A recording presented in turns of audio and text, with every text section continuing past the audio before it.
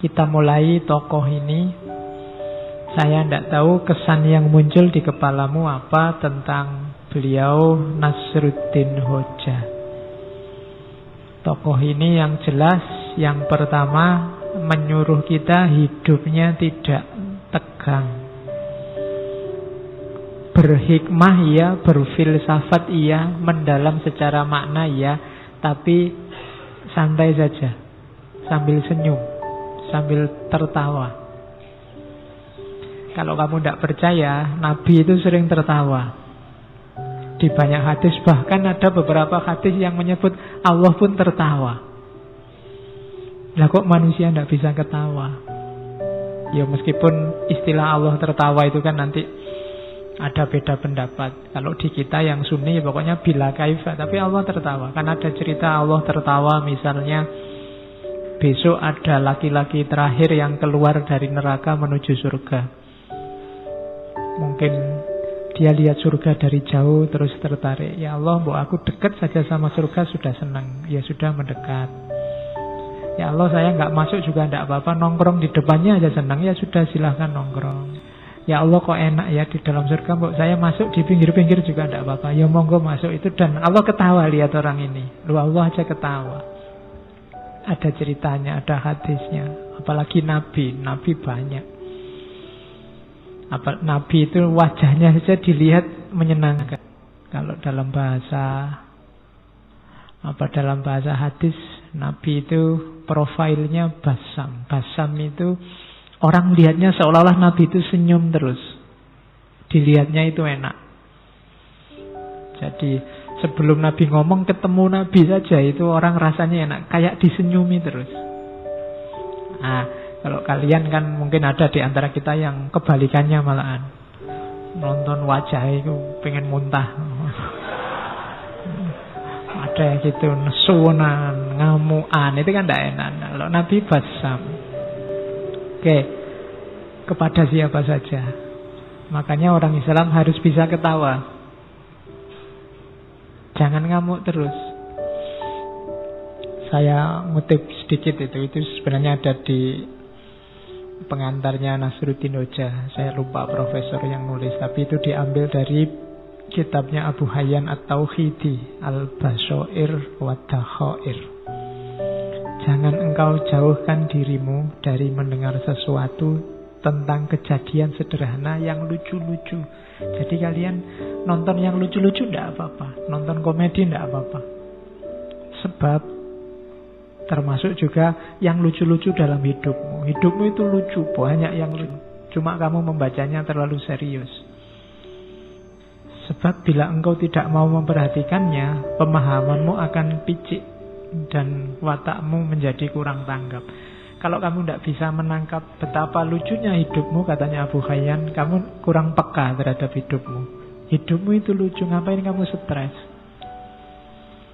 Ngapain kamu sumpek? Itu lucu.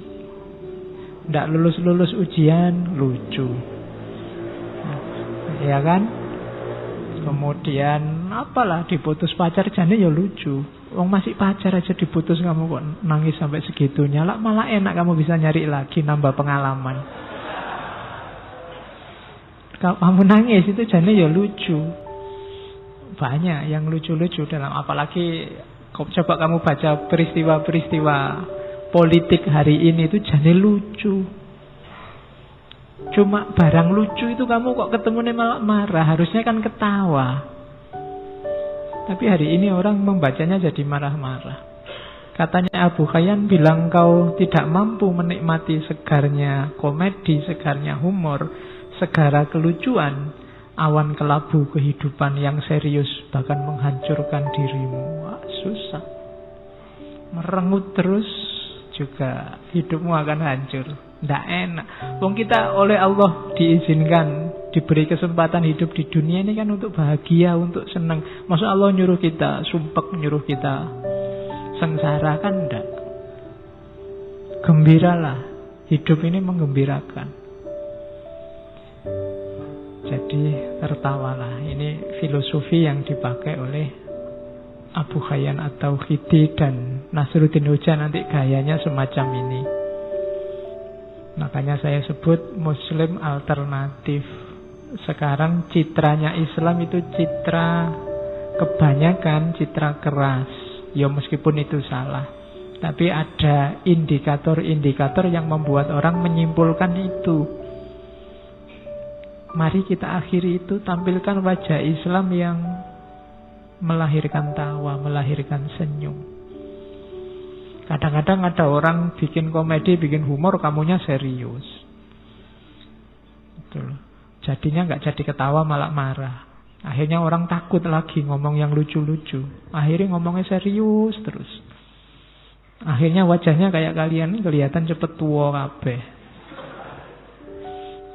Antara wajah sama umur berbanding terbalik. Jadi ketawalah, senyumlah. Hidup ini indah, hidup ini nyaman.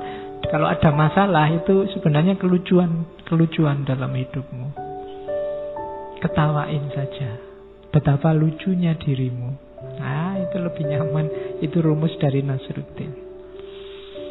Dan sufi juga, Nasruddin ini seorang sufi juga banyak memfungsikan humor. Coba dilihat para sufi, coba dilihat para ulama besar. Itu kan hidupnya serba senyum, banyak humornya. Ulama-ulama yang ilmunya sudah tuntas itu kalau ngomong kan enak didengarkan, dan kadang-kadang ya dagelan-dagelannya banyak, membuat kita tertawa, membuat kita tersenyum. Ini orang yang sudah luas sehingga bisa menerima apapun. Kemampuan menertawakan hidup itu tidak sembarangan. Wong Quran sendiri sudah ngasih isyarat kamu, innamal hayatud dunya lahwun walaibun. Kehidupan dunia itu hanya sendaguru. Sendaguru itu kan harusnya melahirkan ketawa, walaibun, dan permainan, dolanan. Jangan serius-serius. Kan sudah dibilang gitu. Cuma kita tertipu. Wong ini cuma sendaguru kok kita serius. Sampai tawuran, sampai pukul-pukulan, bunuh-bunuhan. Salah rumus berarti hidup kita. Ayo pakai rumus yang benar. Kalau permainan, ya posisikan sebagai permainan. Kalau sendagurau, posisikan sebagai sendagurau. Bahkan dalam dunia sufi, humor ini ternyata perannya banyak, mainnya banyak. Ada teori bahwa kalau dalam sufi itu humor itu termasuk humornya Nasruddin, itu ada kalanya untuk menggugah pikiran. Orang yang jeli membaca humornya sufi itu tidak cuma dilihat cerita lucunya. Di balik itu ada makna yang dalam. Dan itu bisa dikejar bagi orang yang daya pikirnya jalan, daya analisisnya jalan. Tapi orang yang hanya dapat lucunya, ya nggak dapat maknanya. Kayak para wali zaman dulu ketika menyampaikan ajaran Islam itu kan pakai media budaya. Pakai wayang, pakai model baju, pakai punokawan yang suka ndagel. Itu kan media humor. Kalau para wali yang dalang, meskipun punokawan, meskipun ada Semar Bagongnya, ada limbuannya mungkin, tapi lucunya pasti ada maknanya. Tidak tahu maknanya pun tidak apa-apa, kamu dapat ketawanya, tapi kurang dalam. Ketawanya sudah dapat, cuma dalamnya. Dulu waktu di antara yang diperdebatkan Sunan Kalijogo sama Sunan Giri kan itu, Sunan Giri orangnya serius. Kalau Sunan Kalijogo maunya, ya sudah kita ambil pelan-pelan. Lah nanti kalau umat tersesat, enggak kalau tersesat. Wong ini umat Islam ini kan akalnya jalan. Lama-lama mereka juga ngerti rahasianya. Lama-lama juga mereka bisa belajar sendiri, tahu yang benar. Sekarang biar mereka tertarik dulu lah pakai media-media budaya, termasuk pakai humor. Kalau ada ustadz atau ulama atau kiai ceramah yang tidak ada humornya sama sekali kan, ya paling kamu ngantuk, paling hadir sekali dua kali, besok nyari alasan kalau diajak.